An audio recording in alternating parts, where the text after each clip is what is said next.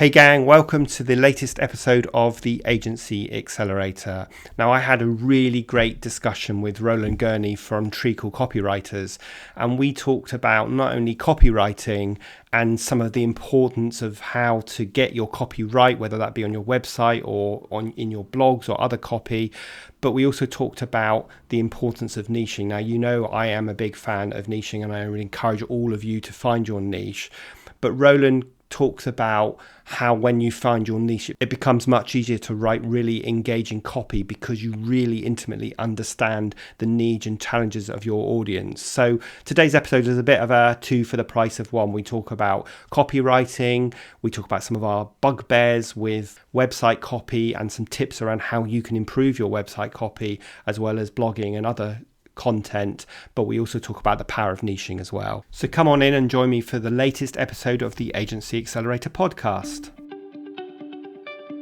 Accelerate your agency's profitable growth with tools, tips, and value-added interviews with your host, agency owner and coach, Rob DeCosta. So welcome back to the Agency Accelerator. I'm really super excited to have Roland Gurney with me today. Now, Roland runs Treacle, a copywriting agency that helps creative and digital agencies clarify their positioning and messaging. Treacle started out as general brand copywriters, but Roland quickly realized that 2/3 of his clients were agencies themselves, so he niched down to focus on working exclusively with agencies. Roland believes that there is too much vague, waffly agency messaging out there, and much of that comes because of unclear positioning. And I could not agree more. It's a real bugbear of mine, which is why I was keen to have Roland on the Agency Accelerator podcast. Today, Treacle helps agencies define their ideal clients and craft the right words to really speak to that audience. Since making the move to being niche, Treacle has grown to a team of 7 with agency clients of all shapes and sizes. So I hope that was a decent introduction, Roland, and welcome aboard the Agency Accelerator. Thank you very much. I'm honoured to be here. And I don't know if there's any other background that you want to share, but one of the things I was really interested to talk to you about before we jump into the discussion around content and copywriting is just to speak a little bit more about that journey that you took to niching your agency, the impact it's had, and also perhaps how you felt when you were making that decision to be more niched. Absolutely. Well, like you pointed out, so we originally launched as general brand copywriters working on all kinds of projects across all kinds of industries. And originally, the business model was to reach out to creative and digital agencies and build a partnership so that we could work on their client work. And for a few years, that was great. And we met some great agencies and we did some great work. But after a while, I started to realize that the kind of projects we were getting were very reactive and we weren't very in control of the pipeline. So we would get a call on a Monday and I'd be asked to turn around some copy by the Wednesday. And that was fine for a while, but then it started to dawn on me that the problem with that model was we weren't able to do our best work. We weren't able to control the process in any way. We were always reacting. And in all honesty, we weren't kind of commanding the fees that we thought that we were able to. So it took a bit of a leap of faith, I suppose. And like you said, we started by looking through the client list and realized that 2/3 were actually the agencies themselves who were using us to do their own website copy or content. And it was a bit of a eureka moment, but also slightly scary, where we decided to go all in on the agencies, and it was scary, and there was, in all honesty, a bit of a dip temporarily. And at that point, that was when I was worried that I'd completely ruined the business that I just built. But I stuck with it, and I was certain that niching was the right thing to do. I'd read lots of stuff, and I'd heard from influential people and people in the industry like yourself, and it was clear that niching was the right thing to do. And so, I took the leap of faith and we went all in. And since then, business growth has been absolutely exponential in comparison. And the biggest difference I feel is that the relationship that we have with our clients is much more on an equal footing. I felt like we were slightly commoditized before. And it was hard to explain to agencies why they should choose us over freelancers. There wasn't really a point of difference, and they were just saying to us, you're effectively just remote freelancers, so we're not willing to pay extra for that. Yeah, And yeah, now when we enter exactly. the room with the clients, they come to us as the experts, and that's redefined that relationship. Yes, so you're a really good advert, I think, for why agencies should all be thinking about finding their niche and why they shouldn't fear. I think the reason why I asked you how did it feel when you were making that decision is because I know a lot of people run this sort of story in their heads that says, yeah, but if I niche down to this particular area, what about all these other opportunities? And I always say, well, how many of those other opportunities are you actually winning? And the answer is usually not a lot of them, because as you said, that it's really difficult to differentiate yourself when you are a generalist. And of course, you're fighting in the same place that everybody else is. And so how do you differentiate yourself? Well, you often differentiate yourself by pricing Exactly. or by service levels. And neither of those are good reasons to differentiate, are they? Exactly. You're exactly right. And it gives you an edge. It becomes a self-fulfilling prophecy because you start to be in the world that your ideal clients are in. You move in the same circles. It's much easier to recommend a specialist agency than a generalist agency. And as you've alluded to, it's kind of an upward spiral rather than a downward spiral. And lots of agencies become commoditized and start trading on price, which isn't the right footing for any kind of relationship. But yeah, it is a bit scary. And one thing that certainly we hear a lot is that a lot of agencies are quite worried because they come from creative backgrounds that they're going to end up being bored of doing the same work all the time. And we had that worry as well, I suppose, to start with. The reality is we've actually had more variety and more interest even from outside the niche since niching, because we just have such a confident message that I think Yeah. brands and other clients are kind of attracted to it. The variety of work we get now comes from the scope of work that we do and the depth of the work we do, not just bits of stuff for lots of different industries. And it's more fulfilling. Yeah. So I think, to sort of reinforce that point, the point I was going to say is that what we should all be doing is starting niche and broadening out. Because if we start niche and broaden out, that whatever that broaden out might look like is actually a natural, logical evolution. And I think the other point I would make about niching is because you niche doesn't stop you taking on other pieces of work. It's just you take a really considered decision if you want to take on a piece of work that is outside of your core niche speciality. So I think sometimes people think, oh my God, if I niche, I'm going to get bored, as you say, I'm going to have to turn down work. We're going to do the same work and it's not big enough. Well, that's not true at all.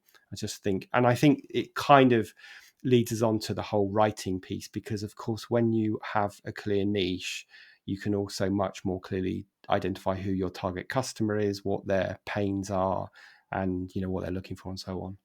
Absolutely. So this is kind of the first step in getting really effective agency copy or messaging, is to really know exactly who you're talking to.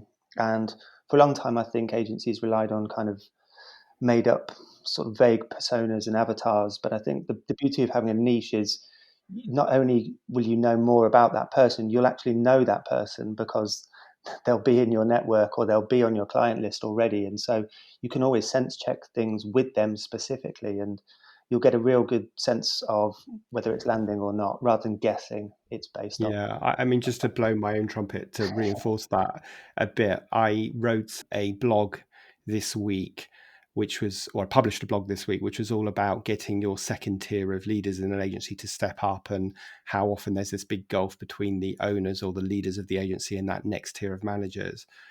And someone contacted me, and I ended up talking to them as a prospect, and hopefully they'll turn into a client. And he said to me, every single point you wrote in your blog just referred to me. It was though it was describing exactly what's going on for me. And I said to him, that is the power of understanding your ideal target customer.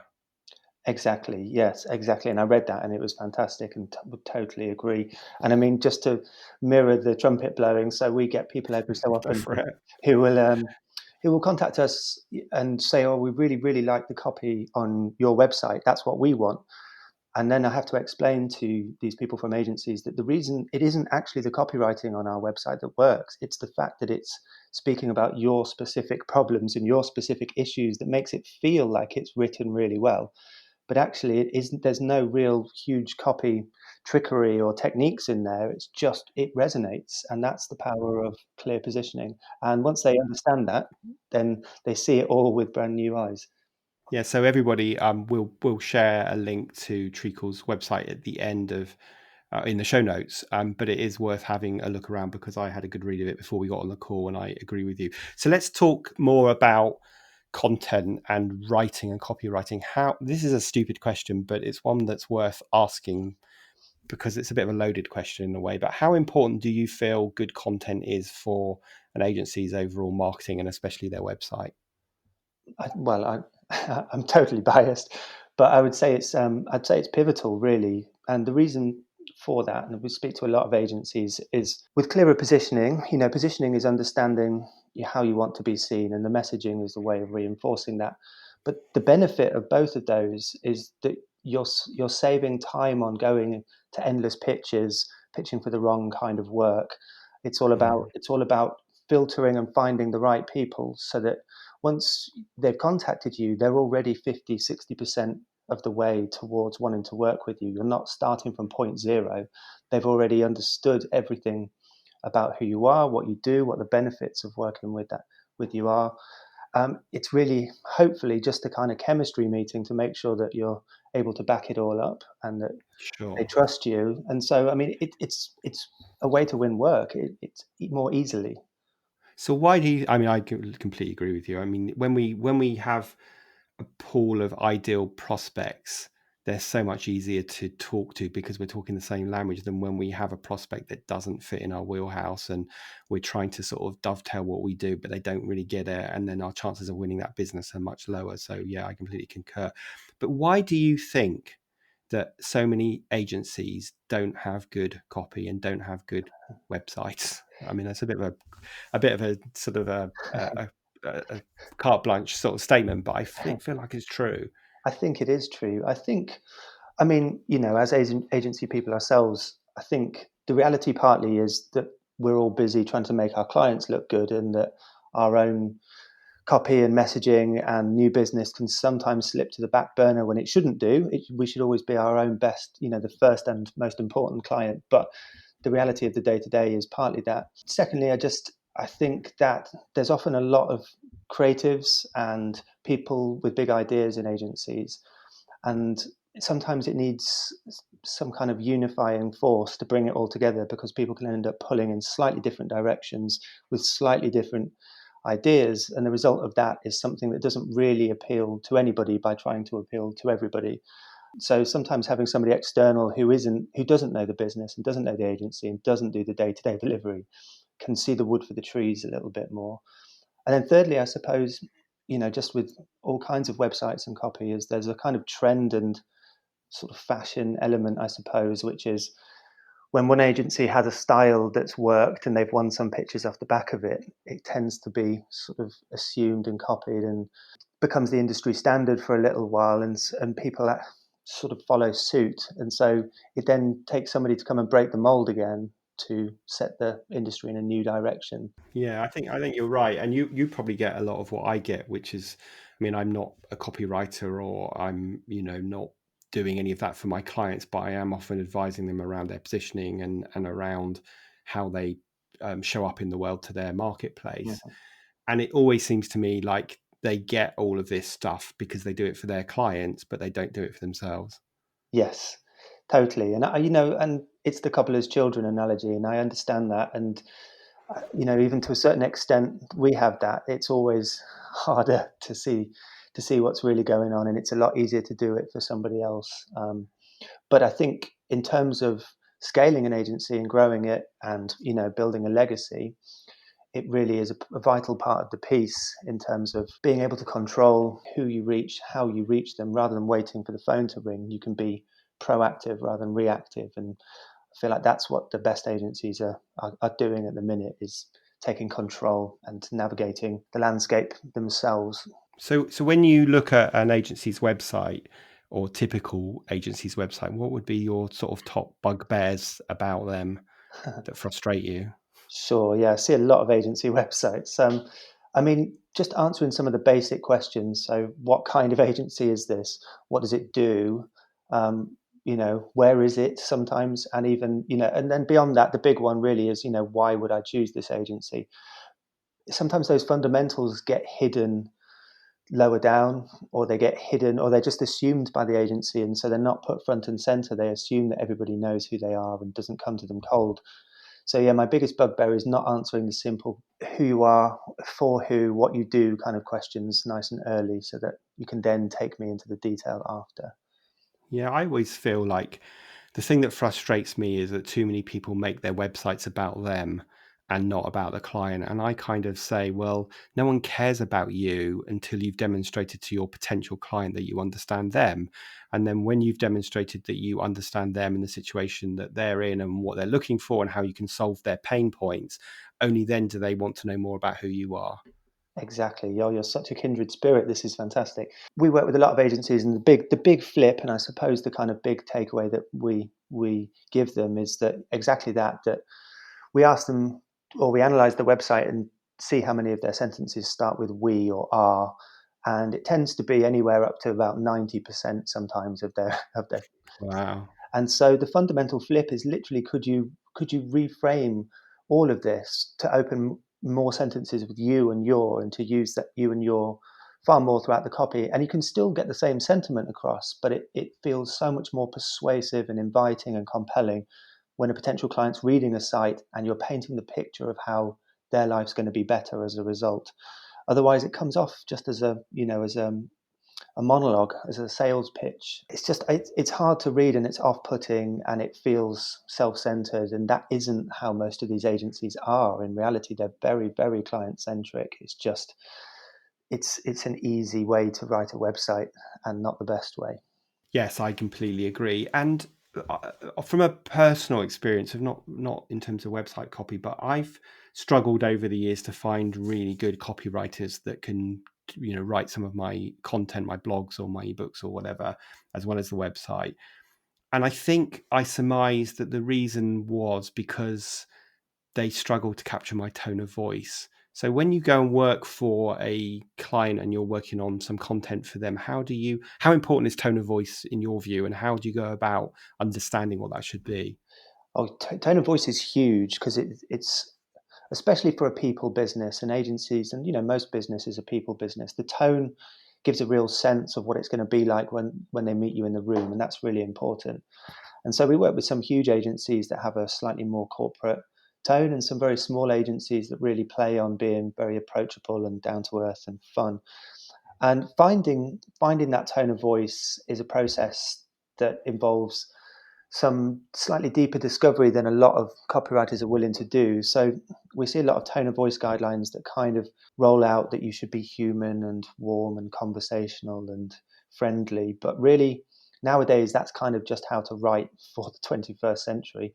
Um, Right. Yeah. it takes a kind of workshop or a discovery session, and it takes digging a bit deeper to actually think, what is it that's going to set us apart? If everybody writes in a nice, warm, friendly, approachable, conversational tone, how are people going to recognize that it's us if they didn't see our brand name at the top? And so, I mean, we take clients through processes. There's a lot of digging. We have this great thing, which is it's a set of playing cards called a brand deck that has lots of different kind of tone of voice options on each side, a black side and a white side. And so there's some card sorting, there's personalities, there's kind of questioning and quizzes, and a whole kind of process. And hopefully we get to a point where we find something that's going to make them stand out, and that mirrors how their ideal client talks as well, because that's a big part of it. That if you're a big corporate agency and you're appealing to huge global brands, you probably need to strike some kind of chord with them in the way you use language. So there's a few ways to do it and a few considerations, but there's also quite a lot of emperor's new clothes around tone of voice that Yeah. we see. Yeah. And I suppose it's kind of refers back to what you were saying earlier, that there's certain trends that everybody seems to follow. I remember way back when, when Flash was the big trend on websites, and then Yeah, the sort of carousel design, and and I suppose when everyone follows those trends, everyone starts looking the same, and I guess that's the same with copy as well. absolutely. So yeah, we always cite this, and but I think there was the effect of a few things, certainly like the innocent smoothies effect that we always talk about, where copywriters were kind of rolling out a new version of innocent smoothies tone of voice guidelines for Yeah. brands. But no, I think to do it well, it needs to be done a lot deeper than that, and takes a bit more soul searching. So, do you see any trends in website copy and website layouts at the moment coming and going? What's the kind of latest thing? Yeah, we do. So there was, I suppose, a few years back, there was a move towards everybody wanting very, very concise, punchy, statementy copy. So there was a lot of like bulleted lists of three, a lot of alliterations. There would be like imagination, influence, impact, that kind of thing.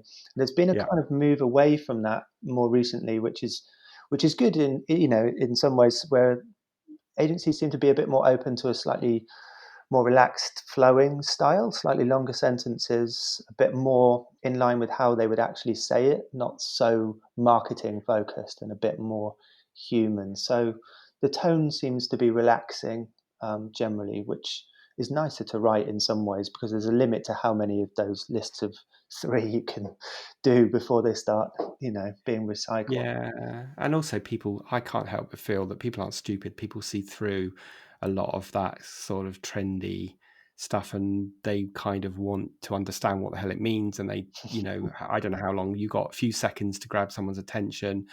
And if someone doesn't understand, what you do and who you are, that within those few seconds, they're going to go on to the next website that they found in Google. Absolutely, yeah. I think you're absolutely right. There's a good move away to just putting. I think it's come off the back partly of the rise in user experience and customer experience as a sort of general guiding light across website and across sales and marketing generally, which is putting the user first a bit more and making it just a bit easier to understand, and not selling at them, but inviting them into a bit more of a conversation. And that's a move generally, I think, which is positive. Yeah, definitely. So now a lot of the Agency Accelerator podcast listeners are sort of solopreneurs or small agencies. So they may not be able to immediately afford to outsource their content to someone like you Sure. guys. So what would be your sort of top 3 or 4 tips for writing good website copy if someone was going to have a bash at doing it themselves? Sure, absolutely. Well, I think it definitely can be done by agencies, and we see it done really well by agencies of all sizes. So I think the main thing to start with is a value proposition to open with some reason to choose you. So as well as getting some information across about what kind of agency you are and what you do, I think it's important to then give people a big reason to choose you. So you have to imagine that from a potential client's point of view, an agency is one of 4 or 5 tabs open on a client's browser, and to them, the agencies all look and say similar things. So I suppose to us, the value proposition is trying to give them that big reason why they should choose you, that kind of big outcome of working with you. So that that's a big starting point. I think if you can draw them in with a big value proposition, you'll get them to read on through the rest of the site. I Yeah. think secondly, something that we see quite a lot is agencies are very good at listing what they do. So lists of services or features or processes that they go through. What they're not so good at doing, and they could do better, is to link all of those to a benefit for the client. So not just saying we do strategy sessions on site, but explaining what that is going to give the client as a result, why that's useful for them. And that's something, it's a very quick fix that you can do that will make the copy more persuasive. Completely agree. Into other things you can do, I mean, we've mentioned the flip to trying to use you and your more, and that can be, just more compelling and more inviting to read, and paints a picture. And I think part of that as well that I see a lot of agencies fail to do is they talk in quite grand, overarching terms, but actually I think when it's most effective, the copy is very specific about what's going to happen, and it paints a very vivid picture for the client reading it. So rather than just talking about things like outcomes or results, which are good but quite intangible or impossible to imagine, it's talking about specific things that are going to happen as a result, and that's a lot easier for clients to imagine in their mind, I think. So I think I always say to people, a potential client is reading your website, and when you're listing that list of things that you do, what they really care about is, what does it mean to me? Yeah, Or can you solve the problem, the pain point that I have?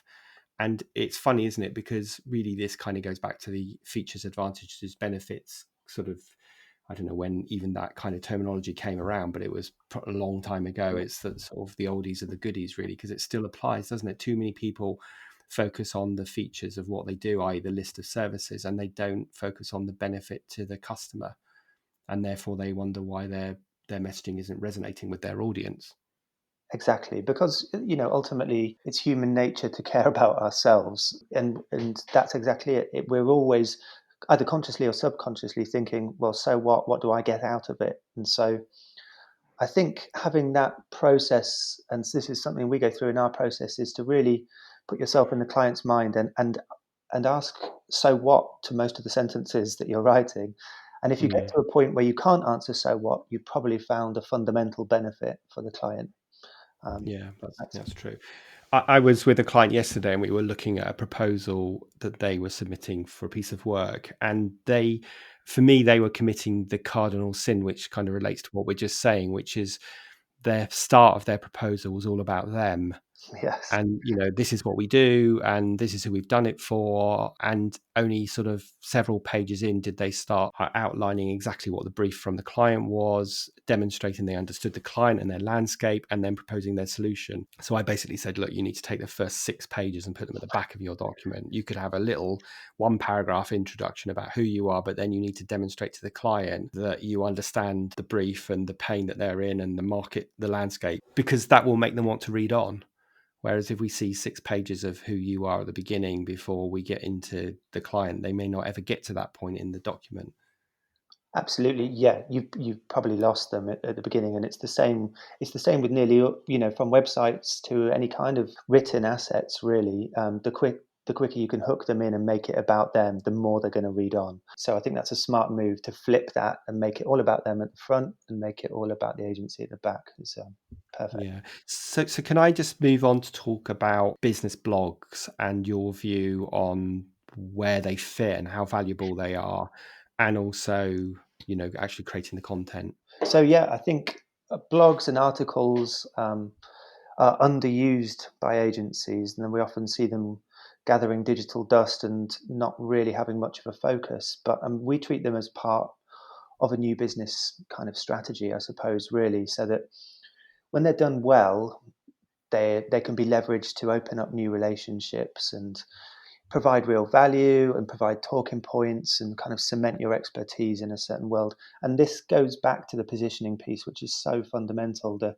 And the more you're willing to niche or have a specialism in some way, the more your articles and blogs can be laser targeted to solve specific problems. And yeah, we just don't see agencies using them to their maximum. There's a lot of vague blogs around design as a process or kind of experiential marketing as an industry, but that's not what's really keeping their ideal clients up at night. They have specific problems that they want specific answers to. And so, yeah, we work with clients to help them come up with ideas that would be interesting for them. Yeah, I'm always amazed when I see someone's website and I go and check out their blog page, and I see that the last blog they posted was in May 2019. Yeah. And so the first thought is, you're thinking, do they still exist? Have they gone bust? Or, why? So what's your view on sort of frequency of posting and length of those posts? I think frequency is important. It's vital because exactly you see it all the time, which is thing you can see from the dates that things have happened in fits and starts. Obviously, somebody's had a fit of inspiration and arranged for 7 blogs to be released in 10 days and then nothing for 4 months.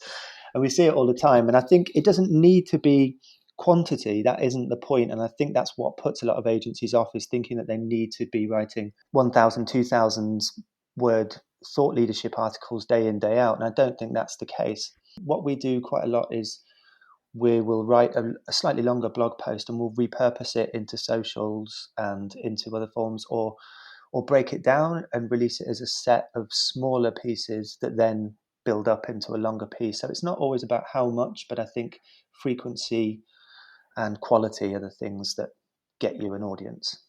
Yeah, so listeners, if you want to make sure you're not that person that goes in those fits and starts, then I know for me personally, and I would tell anybody this, that if you sit down and create a content calendar for yourself so that when you have allocated some time to write your blog, you're not sitting there wondering what the hell to write about, which means if you do that, you're probably going to write about something that's not relevant. Whereas if you've actually sat down and invested some time to work out what you're going to write about in, February, March, April, May, June, then when you come to do that, you will know what you're going to write about. And that's half the battle. And that's, one of the big roadblocks removed that stops a lot of people writing. Absolutely. And you do this really well, Rob, actually, which is you have themes that run across the blog and then feed into your social as well. And something else that you do that I think agencies could do, which is great, which is you distribute it really well. So I'm on your mailing list, and you will send through an email that introduces the topic and the blog. And that's really engaging because you're not waiting for me to go to the website and stumble across the blog. You're putting it in front of me, and I read them, and they're great. And that's something that agencies need to be proactive about in terms of putting it up on the website isn't an end in itself. It still needs distribution. Yeah, absolutely. And the way I view it is that if I've got an audience of 100 agency owners who is my target audience, how many of those people at this point in time are ready to buy from me? I.e., how many of those people have got enough pain that I can solve? And the answer is probably one of them. Mm. So I need to keep being in that 100 people's face until a point where each one of them actually has the need. And that's the best way of doing your marketing or business development, because then that 1 out of 100 comes to you rather than you having to go to them. So you're putting your content out there, and then they reach out to you because they've read something and they said, that's what's going on for me, let's have a chat. And of course, when you've done that, you've immediately already built some credibility with that person, so you're not starting from kind of completely cold. In terms of blog copy, how do you balance the needs for creating engaging copy with SEO needs as well? Yeah, so we will work with agencies when they want their content to rank. And so generally they will supply us with the SEO keywords, and we'll weave those through naturally. The good thing is, in terms of SEO and content, that Google is getting smarter, and the days of trying to game Google are over. So, with the latest kind of BERT update, it's getting smarter at just understanding what your site's about. But yeah, so we'll happily weave keywords through. And if the agency don't know the keywords, then we have somebody that will work with them to identify what they want to rank for. And just going back to the power of the niche again, which is, this does tie in, is, we rank now on Google for Copywriting Agency London, despite never really having an SEO strategy. Just because we're niched, we just naturally mention the words copywriting and agency over and over naturally in the writing, and it just never feels forced. But the result of that is we've started to creep up the SEO rankings, and it's a natural byproduct of having a niche, which is obviously you're going to be talking about things that are in that niche, and that's what people will be searching for. Yeah, no, that's really good, and that's good to hear that it's working well for you. And it's also good to know that you can't. I've seen badly written content before where you can see that keywords are just being forced in, and like you say, Google is sort of seeing through that now, so it doesn't work anymore, which has got to be great because it means people are going to have to write better copy. Yes, and the thing we say about SEO is, there's no point spending time and money driving people to your website if they just hate it when they get there. It's almost better and cheaper and more efficient to have less people go there, but they be the right people who are really interested. So again, if I'm a sort of solopreneur, 1 or 2 man agency, and I know there's all these different marketing things, there's all this different content I could produce, what would your advice be in terms of the 2 or 3 things I should really focus on? So the main thing, just to labour the point even more, is I suppose if you really know who your ideal client is to really think through what are their day-to-day problems or their big problems or the things that keep them up at night, and then put out some content that helps them. It's to really add value. I think the industry-wide topics and the opinion pieces definitely have a place, and they're definitely valid, and they definitely cement your expertise. But I think in the most immediate way is to put out things like how-to guides, checklists, anything that's industry specific that can solve a specific problem. We'll find somebody who finds it really useful, and then they'll see you as a problem solver for them. Brilliant. Okay, good. So I ask all of my guests on the Agency Accelerator podcast if they could go back and give their younger business self some advice, what would it be? So let me ask you the same question. Been thinking on this. Is it? I mean, the reality is, I would go back and tell myself to commit to a niche immediately, because although we had lots of fun doing lots of jobs and meeting lots of people and there being lots of variety, we actually were probably more stressed and more underpaid for the work that we were capable of at the time. So I know it feels like I'm slightly labouring the point, but we would have definitely just gone in at the point where I had an inkling that I wanted it to be an agency for agencies, to just have gone in then and saved the 12 months of umming and ahhing. Okay, that's good advice. And, I suppose also be brave and commit to that niche, because like I say, at that point when you're trying to decide whether you should niche or not, it feels like a risk and it feels like a big brave step. I think in hindsight, it probably isn't, but it feels like it at the time, doesn't it? Yes, it was definitely scary, and it was worrying that I'd made the wrong decision for a month or two, but we stuck to our guns and we had a plan, and it totally paid off in the end, or it has done so far. I better not count my chickens too much. I'm sure it will. I can give you so many examples, including my own, of where you have started out as a generalist and struggled, and then the agency has niched and they started to flourish. So I think this isn't a fancy trend that's going to come and go. It's just a smart way of running a business, I think. Sure, yeah, and it's something that we when we do work with agencies, this is what we recommend for quite a lot of them now, is that if they want their copy to really resonate and the message to hit home, they really need to put a flag in the ground and commit to being someone who stands for something.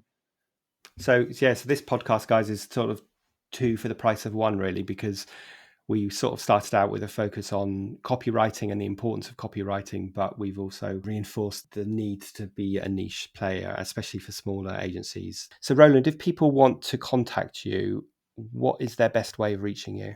Just to head to the website, which is treacle-copy.com, or to just find me on LinkedIn and drop me a message if they've got any questions. Always happy to chat to people about their agency and their messaging.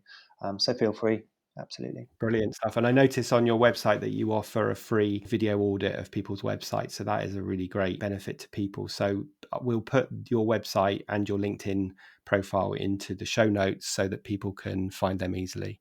And Roland, I really appreciate your time today. That's been really interesting. I feel like we could have probably carried on talking on lots of other different topics as well. So we'll need to get you back again in the future and we'll talk more. It's been fantastic. Yeah, really enjoyed it. Thanks, Rob. So guys, there you have it. We have talked about the importance of niching today. We've talked about the importance of making your website all about your client, not about you, focusing on what's in it for them rather than just the list of things that you can do for them. There's a few other things that we talked about, how creating consistent blogs and content for your website will be made a lot easier if you create a content calendar. Now, I want to help you with that. So I have a tool called a content twister, which will help you come up with different variations on a theme for a piece of content. So you can grab that in the show notes. I'll put a link in. And also we've talked about the importance of really understanding your ideal target customer. So I have a popular ebook on creating your customer personas or customer avatars. Again, I'll put a link into those show notes too. And as ever, if you enjoy this podcast, then please think about leaving a review. They really help in terms of getting this podcast out to more people. And of course, make sure you hit the subscribe button so that you're always the first to know about the latest podcast. Until next time, have a great few weeks. Over and out for now.